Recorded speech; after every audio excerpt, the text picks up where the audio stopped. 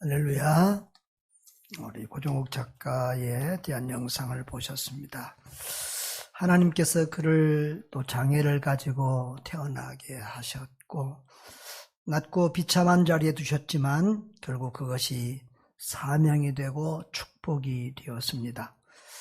예수님 당시에도 유대인들은 누가 장애인으로 태어나거나 아프면 자신의 죄나 부모의 죄 때문이라고 생각을 했습니다. 그런데 예수님은 그를 통해 하시고자 하는 하나님의 뜻이 있다고 말씀하십니다. 요한복음 9장 3절에 보면 이 사람이나 그 부모의 죄로 인한 것이 아니라 그에게서 하나님이 하시는 일을 나타내고자 하심이라 라고 했습니다. 이렇게 하나님의 일하심은 참 기이합니다. 그래서 솔로몬은 이렇게 고백하죠. 전도서 3장 11절을 보시면 하나님이 모든 것을 지으시되 때를 따라 아름답게 하셨고 또 사람들에게는 영혼을 사모하는 마음을 주셨느니라. 그 다음에 같이 읽어보죠. 그러나 하나님이 하시는 일의 시종을 사람으로 측량할 수 없게 하셨도다. 하나님이 하시는 일을 사람이 다 할 수 없다. 최고의 지혜와 최고의 지식을 가졌던 솔로몬 왕도 그렇게 말하고 있음을 볼 수 있습니다. 저서 인생을 살아갈수록 내 마음대로 할 수 없는 일이 많다는 것을 깨닫게 됩니다. 살아갈수록 모르는 게 더 많아집니다. 그래서 자신감도 없어지고 장담도 못하겠고 담대함과 용기도 줄어들어갑니다. 성경을 알아가고 신앙생활을 해갈수록 하나님에 대해서도 성경에 대해서도 모르는 것이 너무 많아 미천한 내 자신을 발견하곤 합니다. 하나님의 일하심이 이해가 안 될 때도 있습니다. 어떨 때는 어떤 원칙과 공식대로 일하는 것 같기도 하지만 또 어떨 때는 하나님 당신 마음대로 일하시는 것 같기도 합니다. 하나님의 주권으로 일하는 부분은 어디까지이고 또 우리의 기도와 우리의 열심과 우리의 헌신이 하나님의 일에 개입될 수 있는 부분은 어디까지인지 단정하기도 쉽지 않습니다. 오늘 이런 문제를 우리 한번 같이 살펴보려고 합니다. 먼저 하나님의 일하심의 그 신비한 주권과 인간의 역할을 잠시 살펴봅니다. 오늘 우리가 읽은 사도행전 12장은 예루살렘의 초대교회가 겪은 큰 고난과 환난에 대한 이야기입니다.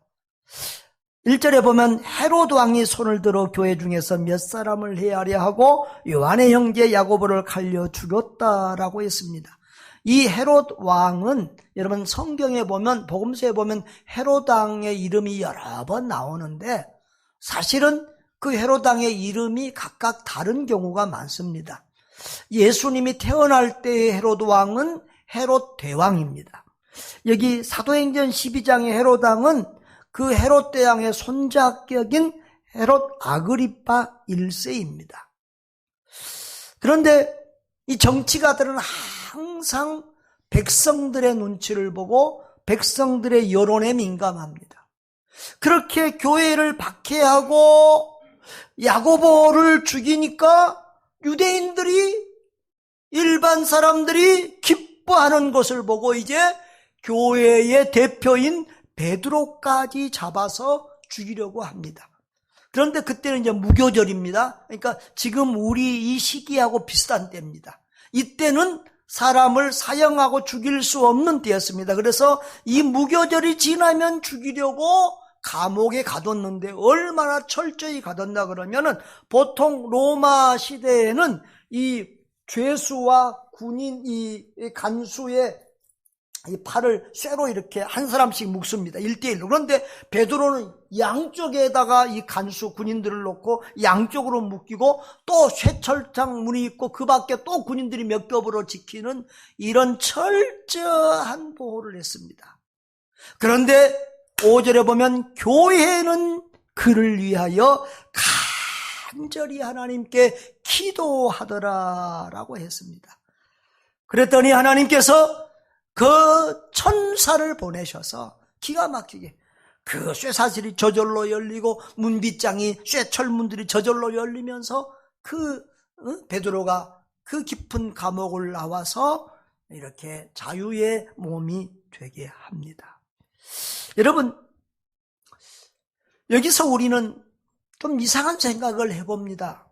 하나님이 왜 야고보는 죽이시고 베드로는 살리셨을까? 하나님이 베드로는 더 사랑하시고 야고보는 미워했을까? 아닙니다. 야고보가 갇혔을 때도 교회는 기도했을 것이고, 또 하나님이 야고보를 또 베드로보다 덜 사랑한다, 이렇게 볼 수도 없을 것입니다.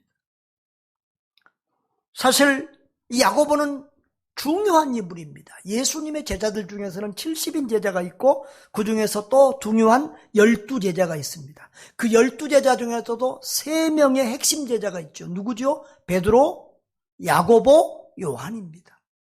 이 야고보는 요한의 형인데 특별히 예수님과의 육적인 관계로는 이종 사촌지간입니다. 주님이 특별히 사랑하셨던 제자입니다. 그런데 다른 사람보다 더 일찍 데려가십니다. 사실은 이제 이 순교가 어떻게 보면 우리는 잘못 알면 이 예루살렘 교회가 시작해서 바로 죽은 것처럼 순교당한 것처럼 생각할 수 있지만 이제 교회가 10여 년이 예수님 부활 승천하시고 교회가 태동하고 10여 년이 지난 그런 때입니다. 아무튼 그렇게 야고보는 순교의 제물로 받으셨고, 그러나 베드로는 천사까지 보내서 특별한 방법으로 구출해 주셔서 계속해서 사용합니다. 물론 베드로도 나중에는 순교의 제물이 됩니다만은 하나님은 이렇게 당신의 종들, 당신의 백성들을 하나님의 뜻에 따라서 이렇게 마음대로 또 사용하시기도 하고 데려가시기도 하는 것을 보게 됩니다. 어찌 보면 그 사람의 사명이 끝날 때까지 하나님은 우리를 이 땅에 두십니다. 여러분, 하나님은 이 세상을 창조하셨습니다. 그리고 창조한 세상을, 그리고 인류 역사를 당신의 뜻대로 주관하십니다. 우리는 그것을 신학적인 용어로 하나님의 절대 주권이라고 합니다.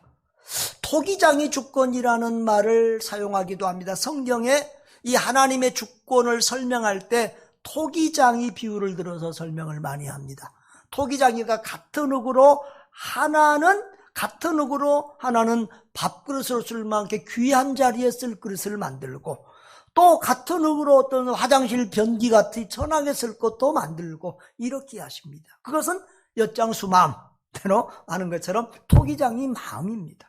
어떤 토기는 또 마음에 안 든다고 그냥 박살내서 깨뜨려 버리기도 하고, 어떤 토기는 귀하게 아끼기도 합니다. 그것도 토기장이 마음입니다. 이것을 하나님의 주권이라고 합니다.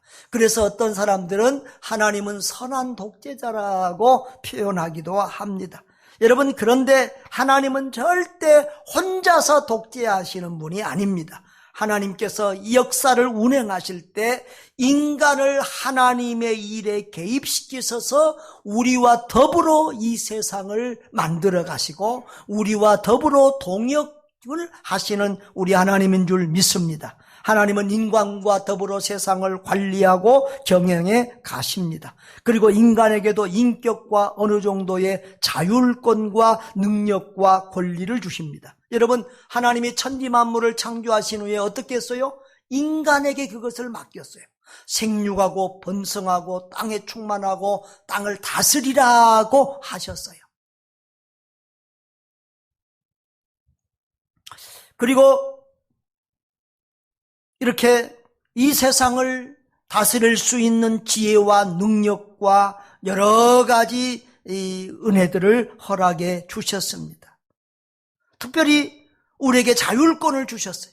그래서 에덴 동산 한가운데 생명나무를 만들었는데, 선악과를 만들었는데 그것을 따먹을 수도 있고 따먹지 않을 수 있는 자유를 주셨어요.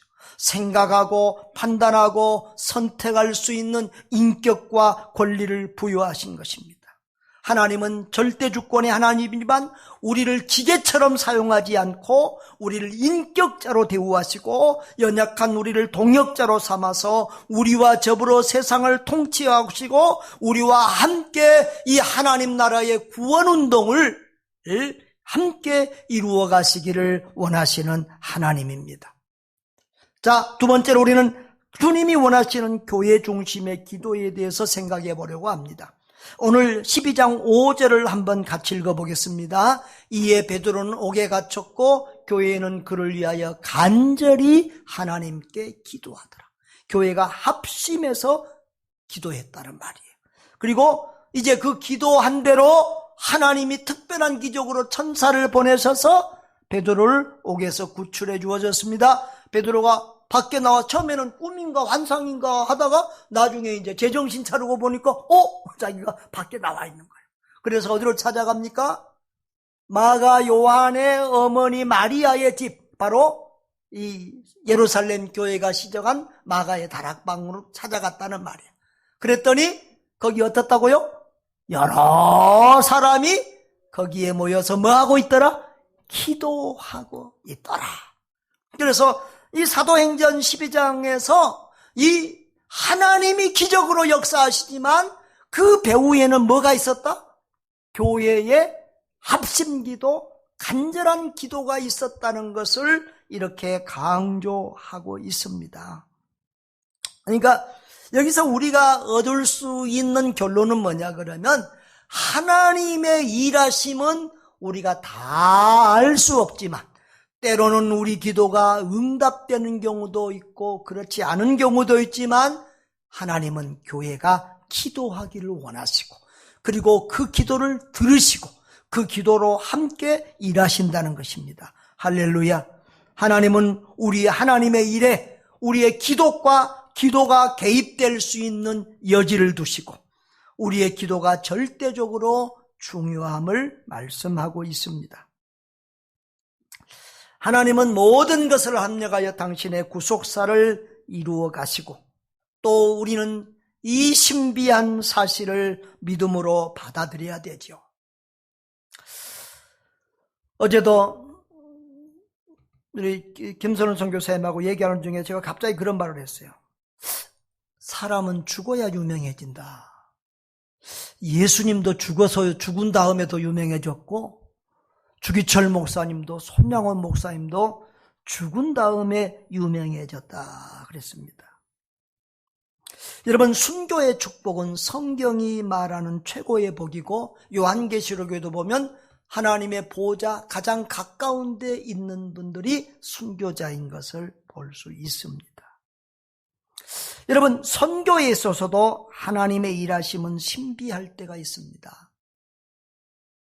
제가 선교했던 저 우즈벡, 또 우리 김동일 선교사님이 있는 가작, 또 우리 안나 집사님이 온 키르기스탄, 이런 중앙아시아의 국가들은 옛날에는 강한 무슬림, 이 스탄한 나라들은 다 이슬람 국가입니다. 기독교가, 교회가, 선교사가 들어올 수 없는 국가였는데 이 공산주의가 70년 동안 종교 탄압을 하면서 교회도 탄압했지만 그 이슬람 종교도 탄압을 했습니다.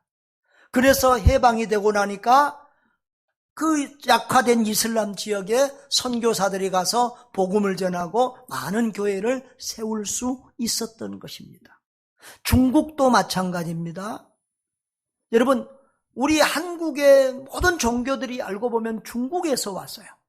저 불교가 인도에서 발행했지만 중국을 통하여 들어왔고 또 유교, 도교 모든 각경의 종교가 중국을 통해서 왔는데 다시 말하면 중국은 가만히 뒀으면 우상천지고 종교박물관이 되었을 것입니다.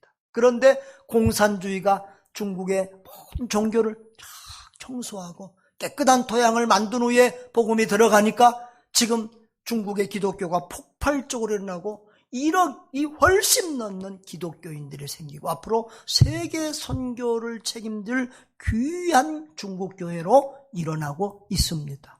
할렐루야. 그러니까 하나님의 일하시면 참 신비하다는 거죠. 우리 한국도 마찬가지입니다. 우리 교회 기독교 역사에서 우리 한국처럼 이렇게 폭발적으로 교회가 부흥한 나라가 아주 드문데요. 기적 같은 일인데요. 그런데 우리 한국의 선교사들이 들어올 때 그때 일제가 우리나라를 침탈해서 나라의 주권을 빼앗을 때였습니다. 그러니까 일제 식민지 살인, 그리고 6.25 동란의 이 참극을 지나면서 힘들고 어렵고 의지할 곳 없는 백성들이 하나님을 찾고 교회를 향하여 나아왔던 것입니다. 그래서 한국교회는 폭발적으로 부흥할 수가 있었습니다. 사랑하는 여러분, 이렇게 우리 생각하고는 다르게 하나님은 신비하게 일하고 계십니다. 해마다 우리나라는 이 바다가 있어서요, 해마다 태풍을 맞이하는데 그 태풍 때문에 우리는 염려합니다. 그런데 이 태풍이 없으면요, 이 지구가 망가집니다. 바다가 망가집니다. 태풍이 없으면 아마 바다가 녹조현상이나 이런 걸로 다 떨어지고 망가져서 우리가 이렇게 생선이나 해산물을 먹기가 어려울 것입니다. 하나님은 이 태풍을 통하여 다시 한번 이 지구를 살리고 바다를 살리고 자연을 회복시킵니다. 할렐루야. 지금 이 코로나 태풍도 우리의 변질된 신앙과 나태해진 신앙을 일깨우고 또 변질되은 한국교회를 다시 새롭게 정화하는, 합력하여 선이 되는 그런 은혜를 베푸실 줄 믿습니다. 그러므로 우리는 어떠한 경우에도 우리 하나님을 신뢰하고 모든 것을 합력하여 선을 이루실 하나님을 믿고 감사함으로 기도하는 믿음의 사람들 될 수 있기를 주님의 이름으로 축원합니다. 우리 하나님은 중요한 일이 있을 때마다 먼저 기도하라고 명령하십니다. 주님은 기도하는 사람과 함께 일하십니다. 기도하는 교회와 함께 일하십니다. 그런데 잘못 구하면 응답하지 않는다고 말씀합니다. 야고보서 4장 2절 3절을 보시면 우리 같이 한번 읽어봅시다. 너희가 얻지 못함은 구하지 아니하기 때문이요, 구하여도 받지 못하면 정욕으로 쓰려고 잘못 구하기 때문이라는 겁니다. 우리가 기도해도 잘못 구하면 응답받지 못한다는 거예요. 그러면 어떤 기도, 교회가 어떤 기도를 드릴 때 하나님이 기뻐하시는가? 첫째로는 하나님 중심의 기도를 하나님이 기뻐하십니다. 누가복음 11장 1절에 보면은 제자들이 주님에게 우리에게도 기도를 가르쳐 달라고 합니다. 그래서 예수님이 가르쳐 주신 기도가 우리가 알고 있는 주기도문입니다. 여러분, 그 주기도문을 보면 마태복음 6장 9절 이후를 보면은 이렇게 기도하라고 합니다. 먼저 누구를 불러요? 하늘에 계신 우리 아버지야. 저는 참 이 부분이 너무 좋습니다. 하늘에 계신 우리 아버지. 이 세상의 어떤 종교도 자기들의 신을 아버지라고 부르는 신은 별로 그런 종교는 없습니다. 우리는 우리 하나님이 천지 만물을 지으시고 통치하시는 하늘의 하나님이요, 그 하나님이 우리 아버지가 되심을 믿고 그 하나님께 기도합니다. 할렐루야. 얼마나 좋습니까? 그리고 그 다음에 이어지는 기도의 내용은 먼저 하나님의 나라와 하나님의 뜻을 구하라는 거예요. 하나님의 이름, 하나님의 나라, 하나님의 뜻, 그것을 먼저 구한 다음에 그 다음에 우리의 문제, 일용할 양식과 서로 용서하는 것과 이런 우리 인간의 문제를 구하라는 거예요. 그래서 예수님 마태복음 6장 초두에서 이 주기도문을 말씀하시고 그 다음에 이어서 기도에 대한 설교를 계속 하시다가 한 번 더 결론 부분에서 마태복음 6장 33절 말씀으로 주기도문을 한 번 더 요약하고 강조한다고 볼 수 있습니다. 다 같이 읽어볼까요? 그런즉 너희는 먼저 그의 나라와 그의 의를 구하라. 그리하면 이 모든 것, 너희에게 있어야 될 일용할 양식, 너희 인간관계의 모든 문제들을 주님이 해결해 주신다는 거예요. 할렐루야. 여러분, 이 주기도문은 우리가 그냥 생각 없이 외우라고 반복하라고 그런 주신 것이 아니라 기도의 모델로서 이런 스타일로 기도하라고, 다시 말하면 하나님 중심의 기도를 드리라고 그렇게 우리에게 허락하신 줄 믿습니다. 우리는 어려우면 늘 기도합니다. 개인 기도는 기도하지 말라고 해도 합니다. 힘든 일, 어려운 일 있으면 구원받은 성도는 교회 와서 기도하든지 집에서 기도하든지 길을 걸으면서 하든지 일하면서 기도하든지 힘들고 어려운 일 있으면 우리는 늘 하나님 앞에 기도합니다. 개인 기도는 무시로 하기도 하고 우리 새벽마다 합니다.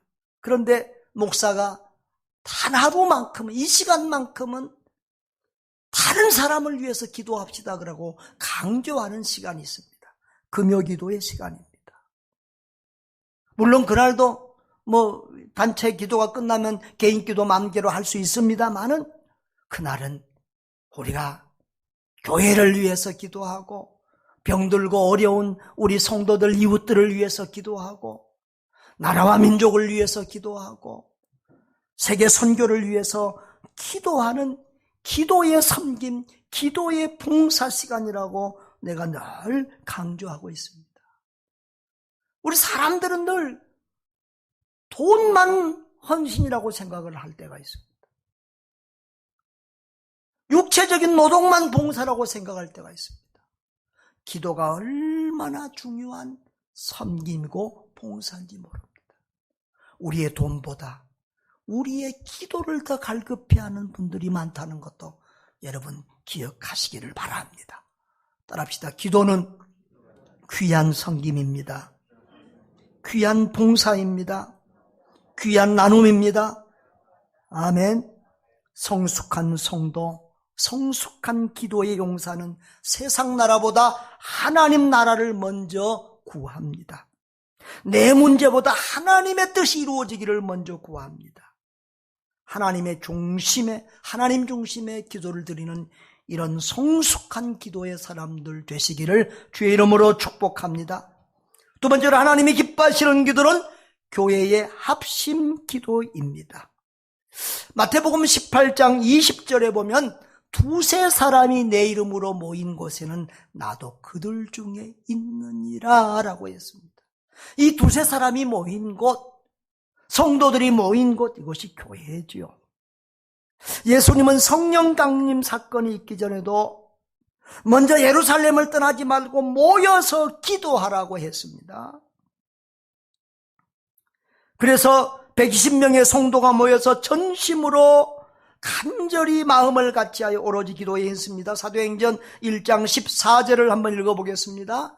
여자들과 예수의 어머니 마리아와 예수의 아우들과 더불어 마음을 같이하여 오로지 기도에 힘쓰니라. 더불어 기도했다는 것입니다. 합심 기도입니다. 교회적인 기도입니다. 마음을 같이하여 오로지 기도에 힘썼다. 전심으로 기도에 힘썼습니다. 그랬을 때 성령 강림의 위대한 역사가 일어났고 성령 충만을 받은 사랑도들이 예루살렘과 유대와 사마리아의 땅끝까지 이르러 선교하는 놀라운 기적이 일어난 줄 믿습니다. 오늘 본문에도 기도할 때 베드로가 감옥에서 풀려났고요. 사도행전 13장 다음 장에도 보면 이제 예루살렘 교회가 세계 선교의 센터, 우리 교회 같은 선교 중심 교회가 되는데 그때도 어떤 일이 있었습니까? 사도행전 13장 2절 3절을 보면 주를 섬겨 금식할 때 성령이 이르시되 내가 불러 시키는 일을 바라바와 사울을 따로 세우라 하시니 다 같이 시작. 이에 금식하며 기도하고 두 사람에게 안수하여 보내니라. 기도할 때 성령께서 말씀하셨고 그리고 기도함으로 선교사를 파송한 줄 믿습니다. 그리하여 안디옥 교회가 세계 선교의 센터가 되었습니다. 이렇게 하나님은 기도하는 사람과 함께 일하시고 기도하는 교회와 함께 일하십니다. 기도하는 교회와 함께 영혼을 구원하는 이 가장 중요한 일을 해 가십니다. 그러므로 전도하는 교회, 선교하는 교회는 무엇보다도 기도부터 해야 되는 교회인 줄 믿습니다. 그리고 하나님은 서로를 위해서 기도할 때 기뻐하십니다. 야고보서 5장 16절을 보면은 이렇게 되어 있습니다. 그러므로 너희 죄를 서로 고백하고 병이 낫기를 위하여 서로 기도하라. 서로 고백하며 서로 기도하라. 의인의 간구는 역사하는 힘이 큼이니라 했습니다. 서로 기도하라는 거예요. 내가 너를 위해서 기도하고 너는 나를 위해서 기도하고, 목사는 성도들을 위해서 기도하고 성도는 목사를 위해서 기도하라는 거예요. 여러분, 교회의 기도 중에서 가장 중요하고 먼저 해야 할 기도는 담임 목사와 말씀 사역자를 위한 기도입니다. 위대한 사도 바울과 사도들도 교회들에게 우리를 위하여 기도하라고 명령 겸 부탁을 자주자주, 성경에 아주 굉장히 많습니다. 특별히 전도와 말씀 사역과 선교사의 안전을 위하여 기도를 부탁하는 경우가 많습니다. 한 절만 읽어보고 가겠습니다. 골로새서 4장 3절을 봅니다. 시작. 또한 우리를 위하여 기도하되 하나님이 전도할 문을 우리에게 열어주사 그리스도의 비밀을 말하게 하시기를 구하라. 내가 이 일 때문에 매임을 당하였노라. 아멘. 그래서 이 전도 사역이 바로 복음 전하는 전도고 설교 사역입니다. 선교 사역입니다. 이런 것들을 위해서 특별히 많은 기도가 필요합니다. 여기서 저는 우리 교회의 기도에 대한 문제를 한두 가지 짚고 넘어가려고 합니다. 모든 교회는 담임 목사와 교역자들을 위한 기도가 1순위입니다. 지난주에도 다른 교회에 제가 설교를 갔다 왔습니다만은 대표 기도하시는 분들이 항상 그렇습니다. 담임 목사 기도하고 그 다음에 강사 기도합니다. 그런데 우리 교회에는 거의 대표 기도하시는 분들이 담임 목사 기도를 하는 분들이 별로 없습니다. 제가 이건 안 가르쳐도 성도들이 당연히 하겠지? 당연히 목사를 위해서 또 가정을 위해서 기도해 주겠지. 그래서 참 어떨 때는 성도들도 어려운 가정 많은데 제 기도 또 우리 가정의 기도를 부탁하지 않을 때가 많습니다. 그런데 안 했더니 이런 현상이 시간이 지나가니까 나타나는 거예요. 이게 다 목사의 잘못이다. 그런 생각을 하게 됩니다. 또 반대로 성도들은 목사의 기도에 또 섭섭함을 표할 때가 있습니다. 우리 목사님은 선교사님들을 위해서만 많이 기도하고 우리 기도는 별로 안 한다는 겁니다. 그런 분 있습니까? 한번 손 들어보세요. 여러분, 그런데 변명 아닌 변명을 좀 할까요? 부모들이 자식들을 키울 때 답답하면 뭐라고 그러죠? 너도 자식 낳아서 키워봐라 그럽니다. 어떨 때는 성도들이 목사의 심장을 좀 알았으면 좋겠어요. 좀 한 달씩만 좀 돌아가면서 목사 일 한번 해봤으면 좋겠어요. 부모가 자식을 사랑하는 것이 천륜인 것처럼 하나님이 목사에게는 성도를 사랑하는 본질적인 가슴을 주셨어요. 그것이 없다고 그러면 사꾼이죠. 목사는 성도의 아픔을 위해서 기도하지 않을 수가 없어요. 그런데 어떨 때는 공개적으로 남에게 들리도록 기도하는 것 성도들이 굉장히 싫어하는 경우가 많아요. 또 더 어려운 것은 누구를 위해서 기도하고 누구 기도가 빠지면 이것이 또 시험이 되고 섭섭함이 될 때도 참 많아요. 사실 제가 선교사님들 사랑하고 선교를 사랑하지만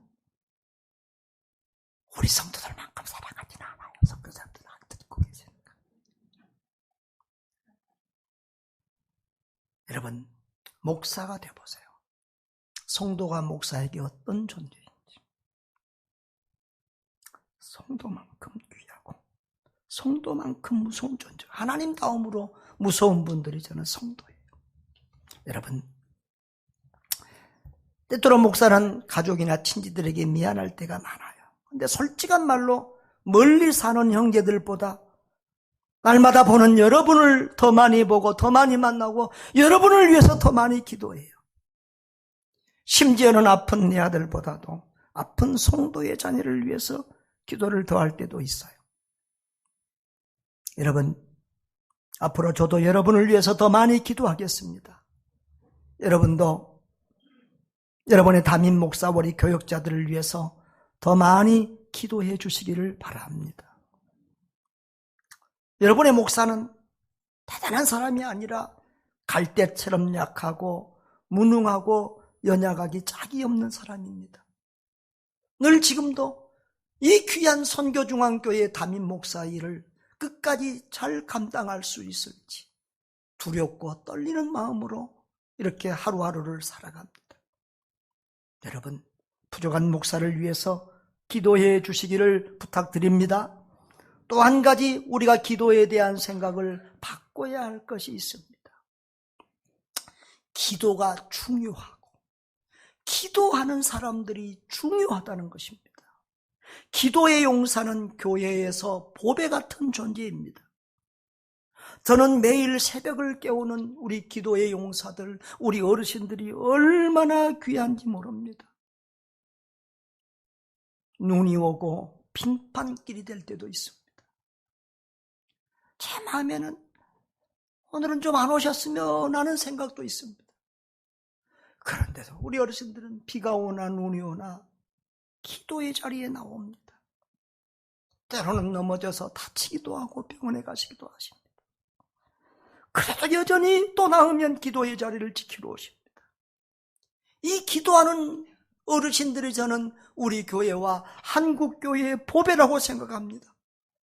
새벽 기도를 들을 때마다 이 어르신들이 돌아가면 누가 이 새벽 기도의 자리를 지키고 누가 교회를 기도하는 이 사명을 감당할 수 있을까 걱정이 되곤 합니다.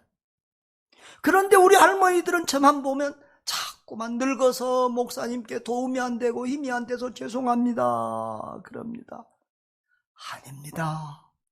기도해 주시는 것이 가장 고마운 일이고 가장 큰 힘입니다. 할렐루야.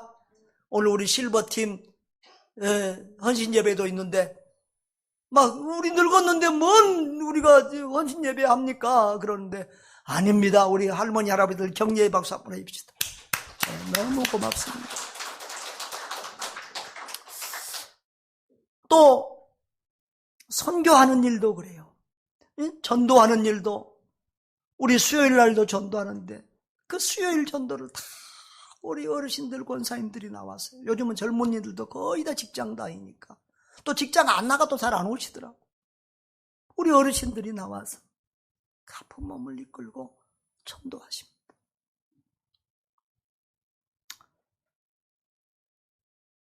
또 사실 선교도 수입 대비 선교를 가장 많이 하시는 분들이 어른들입니다. 우리 어린이, 청소년, 또 장년, 노년층이 있는데